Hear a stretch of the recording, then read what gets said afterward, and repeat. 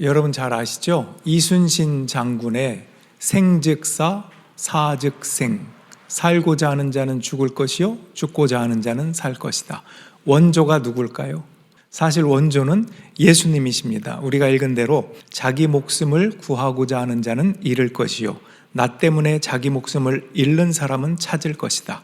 그렇죠? 원조가 예수님입니다. 오늘 우리가 읽은 이 본문 말씀의 앞에 어떤 내용으로 시작하시는지 여러분 아시나요? 예수님이 제자들에게 물었어요. 사람들이 나를 누구라고 하느냐? 그랬더니 제자들이 이야기합니다. 어떤 사람은요 선지자라고 하는데 선지자 중에 회개를 외쳤던 세례 요한이라고 하더군요. 어떤 사람은요 기적을 베풀고 능력을 행했던 엘리야라고 하더군요. 어떤 사람은 정의를 위해서 선포하고 눈물로 외쳤던 에레미야라고 하더군요. 이렇게 예수님 앞에 대답을 잘했습니다. 오늘날도 그렇죠. 여러분에게 예수님은 어떤 분이십니까? 어떻게 고백하십니까? 만약에 예수님이 병을 고쳐주신 분이 여기에 계시다면 예수님은 나의 의사이십니다. 이렇게 고백할 것 같고요. 예수님이 먹을 것을 주셔서 배부른 사람은 예수님은 나의 공급자이십니다. 예수님이 기적을 보여주셔서 놀랐던 사람은 예수님은 나의 능력자입니다. 파워이십니다. 이렇게 고백할 것 같아요. 참 귀한 고백들입니다. 여러분은 어떻게 하나님을 고백하십니까? 근데 다만 예수님은 오병이어의 기적을 베푸셨을 때 그것을 보고 따라오는 사람들에게 너희가 나를 따르는 것은 떡을 먹고 배부른 까닭이다 이렇게 책망하신 적도 있고요. 병 고침 받고자 몰려든 사람들을 잠시 떠난 적도 있고요. 기적과 능력을 보여달라는 사람에게는 요나의 기적밖에는 보여줄 것이 없다 가르쳐 주신 적도 있습니다. 그러니 예수님이 원하시는 예수님은 누구이신가에 대한 그 고백으로 뭔가 2% 좀 더 이렇게 채워져야 할 것이 있는 것 같아요. 그런 생각이 들지 않습니까? 그래서인지 예수님은 이제 이렇게 묻습니다. 너희는 나를 누구라 하느냐? 그동안 너희가 들었던 사람들이 나를 뭐라고 하더이다 했던 그런 고백도 귀한데 너희는 나를 누구라고 하느냐? 막상 그 질문을 제자들이 받으니까 조금 당혹스러웠습니다. 약간 당황스러워서 우물쭈물하고 있는데 누가 나서죠? 베드로가 나서요. 자, 16절 한번 보여주세요. 이렇게 주는 그리스도시요 살아계신 하나님의 아들이십니다. 멋지죠? 예수님은 이 대답을 듣고 흡족해 하셨어요. 그리고 베드로를 칭찬하셨어요. 아마 2%가 채워진 대답인 것 같습니다. 뭐뭐 때문이 아니라 그냥 예수님이 그리스도이십니다라고 하는 아주 심플한 단순한 대답이었어요. 그런데 예수님이 자기가 그리스도라는 것을 아직은 아무에게 말하지 말라는 말씀도 당부하세요. 왜 그랬을까요? 우리 말씀을 20절, 21절 한번 보여주세요. 그때 예수께서 제자들에게 엄명하시기를 자기가 그리스도라는 것을 아무에게도 말하지 말라고 하셨다. 그때부터 예수께서는 자기가 반드시 예루살렘에 올라가야 하며 장로들과 대제사장들과 율법학자들에게 많은 고난을 받고 죽임을 당해야 하며 사흘째 되는 날에 살아나야 한다는 것을 제자들에게 밝히기 시작하셨다. 여러분, 그리스도라고 하는 말은 구약으로 말하면 메시아와 같은 말이에요. 메시아, 그리스도. 자신이 메시아라는 것, 그리스도라는 것을 왜 비밀로 하라고 하셨을까? 지금 읽은 대로 고난과 십자가 때문입니다. 뭐 때문이라고요? 고난과 십자가 때문. 당시 사람들이 기대하던 메시아는 어떤 메시아냐면 로마로부터 그 압제로부터 해방시켜줄 정치적인 왕을 기대하는 그런 메시아였어요. 실제로 요한복음 6장에 보면 아까 잠깐 얘기했지만 사람들이 오병이어 사건을 경험한 이후에 와, 이분은 우리의 경제 문제를 해결해 줄 수 있는 분이야 하면서 예수님을 억지로 잡아서 왕으로 삼으려고 한 적이 있어요. 그때 예수님 피하셨습니다. 이런 왕으로서의 메시아로 알려지면 예수님이 십자가를 질 수 있을까요? 십자가를 질 수가 없습니다. 계속 억지로 왕을 삼으려 할 테니까. 예수님은 고난과 십자가를 지기 위해서 아직은 내가 그리스도요 살아계신 하나님의 아들이라는 사실을 아무에게도 말하지 말라고 당부하셨습니다. 그런데 베드로는 이걸 이해할 수 있을까요? 이해하지 못해요. 주는 그리스도시요 살아계신 하나님의 아들이다 칭찬을 받은 후에 예수님께서 이 말을 하셨거든요. 반드시 고난을 받고 죽었다가 살아날 거라고. 그랬더니 베드로의 입장에서도 군중 다른 사람들과 비슷합니다. 영광의 하나님, 고난이 어디 있습니까? 영광을 받아야 되는, 그리고 그 영광 속에서 나도 좀 출세해서 높은 자리에 가야 하는, 나도 영광을 받아야 하는, 내가 원하고 바라는 것이 있는데 그냥 죽어버리면 이거 뭐 아무것도 아니잖아요. 그런 마음이 아직도 있었던 베드로는 아닙니다. 어찌 당신께서 고난을 받는다고 하십니까? 그렇게 대들었다 표현합니다. 어떻게 되죠? 꾸중을 듣습니다. 그것도 사탄아 이런 말로. 사탄아 물러가라. 내가 사람의 일을 생각하고 하나님의 일을 생각지 않는구나. 질책했다는 것. 베드로 역시 품고 있었던 정치적이고 또는 영광만은 바라는 세속적인 욕망이 그리스도의 사역에 방해가 된다는 의미에서 걸림돌이다, 사탄이다 이렇게 표현하신 것입니다. 진정한 메시아의 길은 십자가를 통해 영광에 이르는 길이에요. 무엇을 통해? 십자가를 통해서. 사랑과 희생을 통해서 열매 맺는 길입니다. 죽음을 통해서 부활에 이르는 길입니다. 이게 메시아의 길이라고 예수님은 가르쳐 주시는 거예요. 그러면서 예수님은 그 길에 대해서 이렇게 초대하세요. 24절, 26절 누구든지 나를 따라오려거든 자기를 부인하고 제 십자가를 지고 나를 따라오너라. 누구든지 자기 목숨을 구하고자 하는 사람은 잃을 것이요 나 때문에 자기 목숨을 잃는 사람은 찾을 것이다. 사람이 온 세상을 얻고도 제 목숨을 잃으면 무슨 이득이 있겠느냐? 또 사람이 제 목숨을 되찾는 대가로 무엇을 내놓겠느냐? 여러분, 사람에게는 목숨이 제일 중요하죠.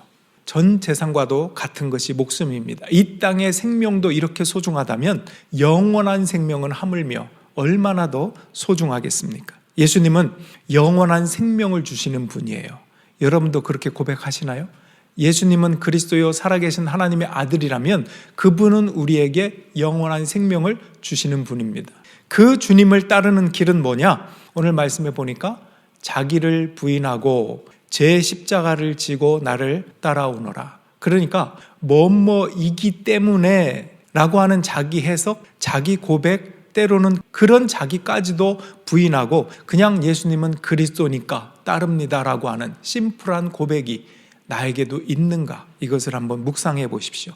자기를 부인한다는 것은 우선 자기의 의지와 욕망을 내려놓는 것을 의미합니다. 어떨 때는 예수님은 이런 분이라고 하는 자기 고백까지도 내려놔야 할지도 몰라요. 여러분, 그래도 예수님을 따를 수 있느냐? 이런 물음입니다. 불을 안 주셔도 믿을 수 있는 분인가? 병을 안 고쳐주셔도 내가 믿을 수 있는 분인가? 기적을 안 베풀어 주셔도 더 나아가면 내가 기적이라고 취급하지도 않았던 것들도 기적이라는 것을 인정하면서 주님을 따를 수 있는가? 내 심령의 그 큰 병과 아픔들을 나는 몰랐는데 고쳐주셨다는 것을 깨닫지 못했는데 그것을 알고 바라볼 수 있는 그런 분이신가? 여러분, 자기 십자가를 지라고 그랬는데 자기 십자가란 각자에게 주어진 사명을 위한 희생과 사랑의 삶을 의미합니다. 헌신을 말합니다. 마태복음 10장 38절에 보면 이런 말씀이 있어요. 또 자기 십자가를 지고 나를 따르지 않는 사람도 내게 적합하지 않다. 여러분, 자기를 부인하는 것도 계속 해야 합니다. 평생 해야 하는 숙제이고 자기 십자가를 지는 것도 평생의 숙제예요. 실패할 때도 있을 겁니다.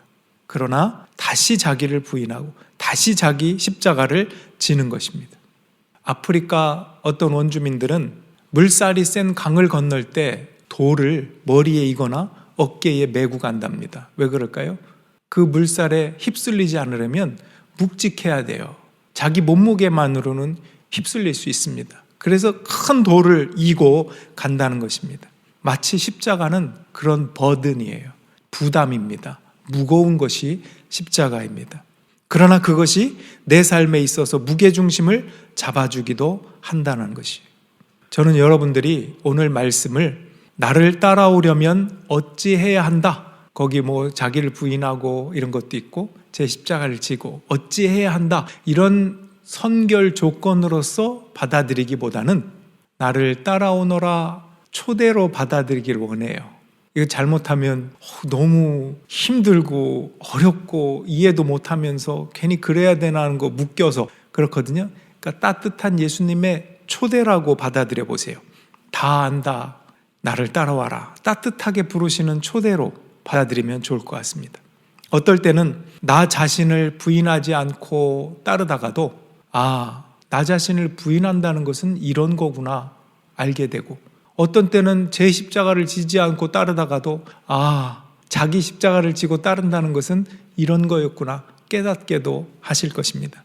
여러분의 십자가는 뭔가요? 아픈 몸인가요? 여러분의 자녀인가요? 배우자인가요? 부모인가요? 또는 어떤 아픈 상처인가요? 무거운 짐인가요? 사도 바울은 교회가 십자가라고, 교회를 생각할 때마다 마음이 무겁다고 그랬어요. 늘 기도 제목이 교회라고 이렇게 얘기했어요. 그러면서 그리스도의 남은 고난을 그의 몸된 교회를 위하여 내 육체에 채우노라 이렇게 고백하기도 했습니다. 여러분의 가정은 어떻습니까? 제가 들은 얘기예요. 여자들은, 아내들은 큰 걸 바라는 게 아니래요. 여자는 조그만 걸 바란대요. 다이아몬드 같은 거, 아주 작은 거, 중업보다 크지도 않아요. 아주 작은 거를 바란답니다. 사실 마음 알아주고 남편이 고맙다고 말해주고 성실하게 삶을 살아가고 이런 작은 것을 원하는 것이 아내의 마음이겠지요. 여러분, 시간을 생각해 봅시다. 200년 후에, 아니 100년이라고 하죠. 100년 후에 여기 이 땅에 남아있을 사람이 있나요? 우리는 이 땅에 남아있지 않습니다. 아울러 그 어떤 우리의 욕망도 남아있지 않습니다. 잠깐뿐이에요. 예수님 안에서 우리의 생명은 그러나 영원합니다. 그 영원까지 이어질 수 있는 의미 있는 것들을 붙잡고 살아가는 게 힌트예요. 예수님이 우리에게 가르쳐 주신 영원한 생명을 갖고 살되 이 땅에서부터 영원으로 이어질 수 있는 것, 그것은 사랑입니다. 그걸 가지고 살라는 거예요. 믿음, 소망, 사랑, 이게 제일이라고 성경에 나오죠. 고린도전서에. 그런데 그 중에 제일은 사랑이래요. 사랑은 영원하기 때문에 그렇습니다. 그날에 예언도 그치고 방언도 그치고, 그러나 믿음, 소망, 사랑은 영원할 것이다. 그 중에 제일은 사랑이라. 사랑은 영원까지 이어집니다. 누가 그래요. 강아지는 꼬리 치는 것만으로도 사랑받는데 왜 남편은 강아지보다 잘하는 게 많은데 이렇게 사랑을 못 받냐고. 어떤 남편의 이야기입니다. 아내가 너무 바라는 게 많아서 그렇죠. 갑과 을 얘기하죠. 진정한 갑은요, 바라는 게 없는 거래요. 바라는 거 없이 섬겨줄 수 있다면 그게 진짜 갑이래요. 바라는 게 많으니까 불평도 생기고 아픔도 상처도 다 생기는 것이죠. 근데 바라는 게 없이 그렇게 섬겨줄 수 있다? 예수님의 경지입니다. 어떻게 보면. 근데 그게 축복되고 복된 것이라는 것이죠. 우리에게 주어진 삶이 너무나 소중합니다. 여러분의 배우자, 여러분의 자녀, 부모님 한번 떠올려 보십시오. 교회 모두 소중합니다. 여러분이 있는 그곳에 사랑이 영원할 수 있기를 축복해요. 여러분, 자녀를 혼낼 게 뭐가 있어요? 보석들인데 감탄할 일밖에 없죠. 와, 이렇게 했구나. 너무 멋있다. 물론 혼낼 일이 있을 때는 혼내야 돼. 따끔하게 바로 잡아줘야죠. 감정을 섞어서 그렇게 하지 마세요. 늘 격려해 주시고. 감탄하기에도 시간이 부족하다니까요, 진짜. 근데 뭘 거기에다 감정을 실어서 교훈한다고 그 아이에게 더 상처가 되게 하고 자기를 찾아가지 못하게 억누르고, 그렇게 하면 안 되겠지. 오늘 말씀을 정리합니다.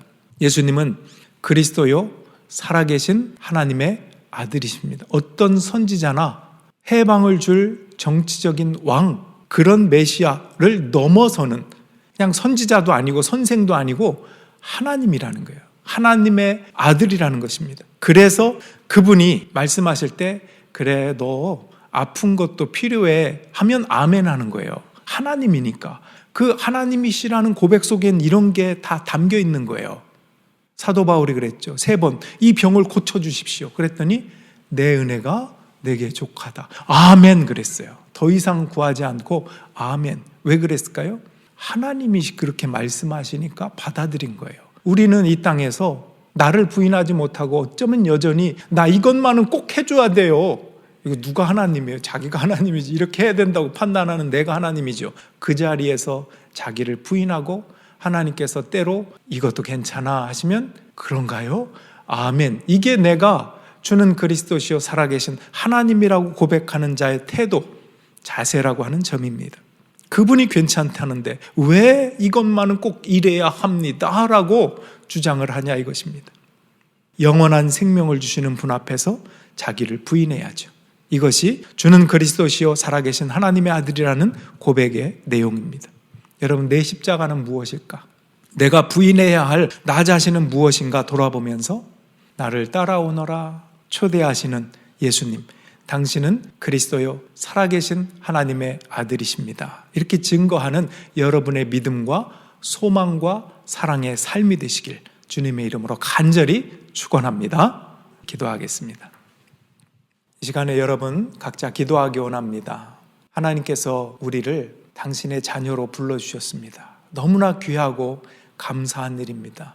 정말로 큰 기적이죠. 숨을 쉬고 살아가고 나에게 살아갈 수 있는 이 땅에 생명을 주신 것도 감사합니다. 이 흩어질 세상 가운데서 무엇을 붙잡고 살아갈까요? 사랑을 붙잡고 살아가라고 말씀하셨습니다. 예수님이 내게 주신 그 엄청난 사랑 가운데 다른 사람들을 사랑하고 있는지 돌아봅시다. 그리고 그렇게 사랑할 수 있도록 주는 그리스도시요 살아계신 하나님의 아들이라고 고백하는 믿음의 삶이 되게 해달라고, 믿음, 소망, 사랑 붙잡고 살게 해달라고 이 시간 함께 기도하며 나가겠습니다. 기도하겠습니다. 하나님, 그동안 나 자신만을 향했던 그 시선을 들어서 하나님을 바라보기 시작할 때 우리의 눈을 뜨게 하시고 눈먼 소경이 그 눈을 떠 세상의 모든 아름다운 것들을 보는 것처럼 우리의 영적인 눈을 떠서 내가 이 땅에 존재하고 있는 이 시간, 이 순간이 얼마나 귀한 기적의 시간인지 알게 하시고 하나님 우리에게 베풀어 주신 그 큰 사랑과 은혜를 세어보며 감격하고 또한 감탄할 수 있는 은혜의 삶 살아가게 하여 주시옵소서. 때로 간구하고 바라는 바가 있다면 주님 앞에 간구합니다. 그것을 응답해 주심에 감사하고 사모합니다.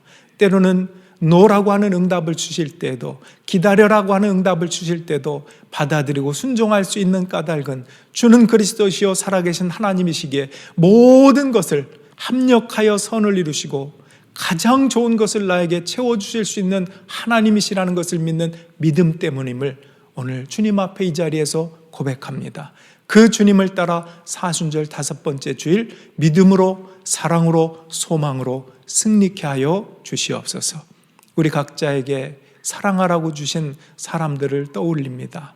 그들을 위해서 더욱더 기도하며 내가 예수님의 사랑을 닮아 섬기며 기뻐하는 은혜의 삶이 사는 믿음의 형제자매 되게 하여 주시옵소서. 이 모든 말씀 우리를 구원하시고 사랑하시고 살아계신 하나님의 아들 그리스도 예수님의 이름 받들어 기도하옵나이다. 아멘.